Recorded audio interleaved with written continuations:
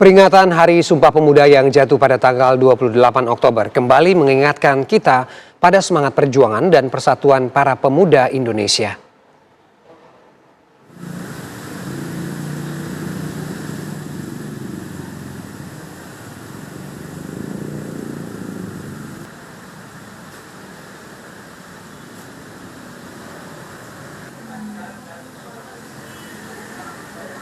Museum Sumpah Pemuda menjadi salah satu simbol penting perjalanan sejarah bangsa Indonesia.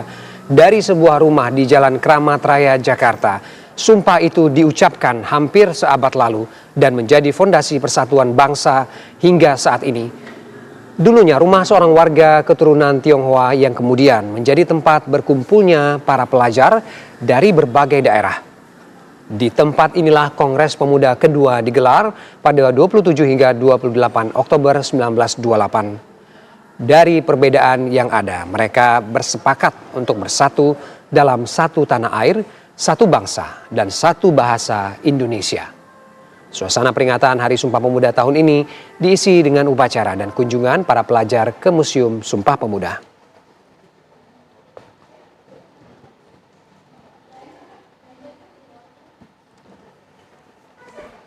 Hari ini 28 Oktober diperingati sebagai Hari Sumpah Pemuda. Lalu bagaimana sejarah perjuangan para pemuda? Kita bergabung dengan Putri Sophia yang berada di Museum Sumpah Pemuda di Jakarta dan juga ada Farah Manhila di Museum W.R. Supratman di Surabaya. Kita ke Putri Sophia terlebih dahulu. Selamat siang Putri. Putri, bagaimana menggambarkan semangat Sumpah Pemuda yang jatuh pada hari ini 28 Oktober ini?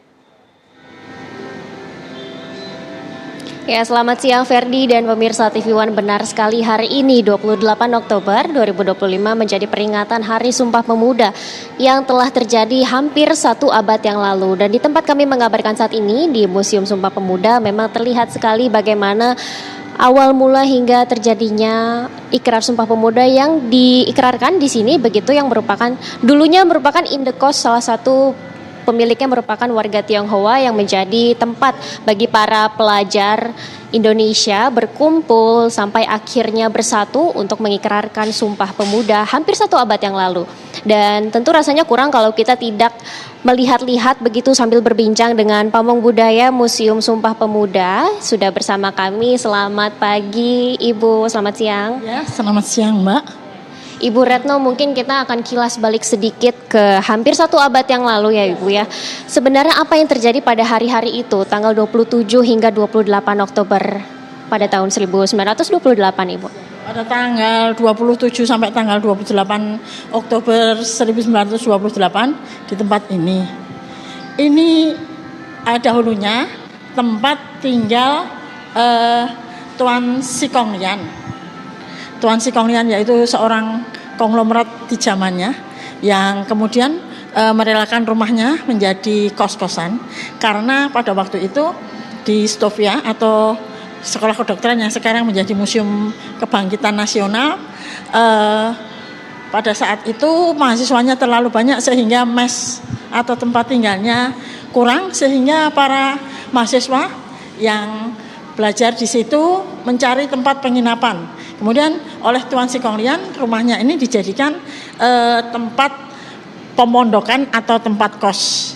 Dan disinilah lahir ikrar atau janji Sumpah Pemuda pada tahun 1928. Sumpah Pemuda yang mereka berikrar bertanah air satu, berbangsa satu, dan berbahasa persatuan bahasa Indonesia.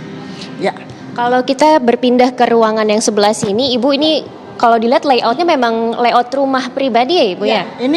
Ini adalah rumah pribadi beliau, Tuan Sikonglian, yang kemudian dijadikan kos-kosan dan sampai saat ini masih dipelihara tetap seperti semula. Ya, jadi semuanya ini masih asli, termasuk ubin, kemudian kusen, ini atap juga, temboknya ini juga masih asli. Hanya dirawat karena di dalam ilmu permusiuman itu ada yang namanya konservasi, yaitu ilmu perawatan. Jadi setiap koleksi atau benda-benda yang mengandung sejarah di museum dipelihara, diawetkan supaya generasi yang akan datang bisa menikmatinya.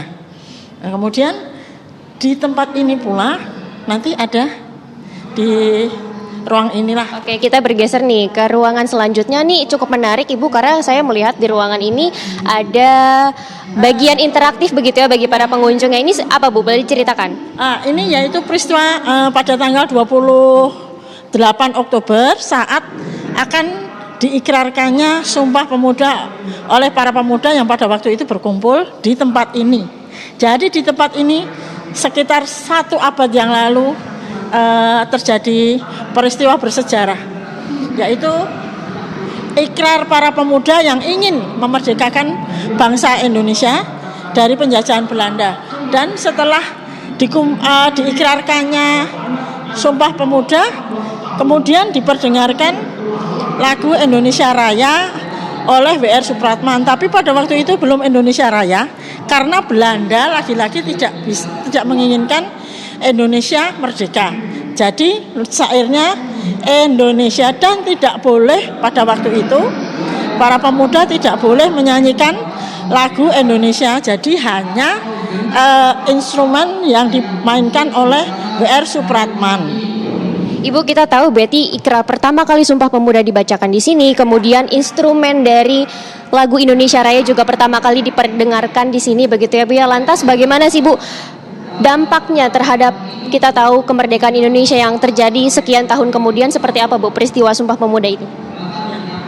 Jadi setelah diikrarkannya Sumpah Pemuda, kemudian para pemuda itu seakan mendapat nafas atau semangat untuk merdeka. Dan hal ini tercermin kemudian jadi ada yang namanya sekarang itu Museum Rumah Bersejarah atau MRB, yaitu satu kilasan atau satu rentetan peristiwa kemerdekaan, peristiwa pergerakan pemuda, yaitu yang pertama dari Museum Kebangkitan Nasional. Ya, setelah itu kemudian para pemuda ada yang sebagian ke Belanda, dan kemudian ada juga yang tetap di sini. Kemudian yang di sini berkumpul di tempat ini. Setelah mereka berkumpul mengumandangkan Indonesia Raya dan Sumpah Pemuda, kemudian semangatnya ke kemerdekaan, berpindah ke Museum Perumusan Naskah Proklamasi atau yang dahulu menjadi Rumah Laksamana Maida. Ya, disitulah kemudian disusun Naskah Proklamasi. Terima kasih banyak Ibu Reto. Tadi kita juga sudah melihat dari bagian depan hingga ke bagian belakang dari ruangan yang ada di Gedung Museum Sumpah Pemuda ini memang sangat menarik pemirsa, dan dibuka juga untuk umum bagi para masyarakat yang juga akan turut memeriahkan atau memperingati Hari Sumpah Pemuda yang jatuh pada hari ini, untuk sama-sama mengingat bagaimana kita memperoleh kemerdekaan yang jatuh pada tahun 1945. Untuk sementara demikian, kami kembalikan ke Ferdi di studio.